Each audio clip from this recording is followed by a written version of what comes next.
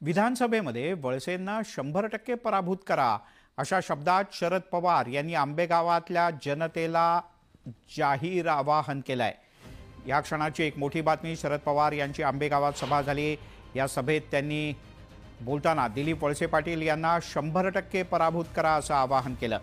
गद्दारांना माफी नाही, आता सुट्टी नाही असं म्हणत शरद पवार यांनी वळसे पाटील यांना इशारा दिलाय। ज्यांना आम्ही सगळं दिलं त्यांनी साथ सोडली आणि म्हणूनच त्यांना माफी नाही, त्यांना पराभूत करा असं शरद पवार म्हणाले। ज्यांनी गद्दारी केली त्यांना आता सुट्टी नाही, आता एकच निकाल आहे।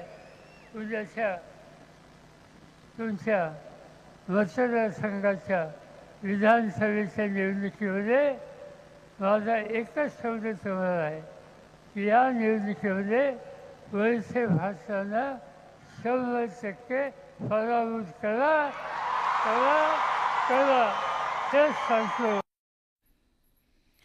रिलायन्स रिटेलच्या तिरा या लक्झरी फ्लॅगशिप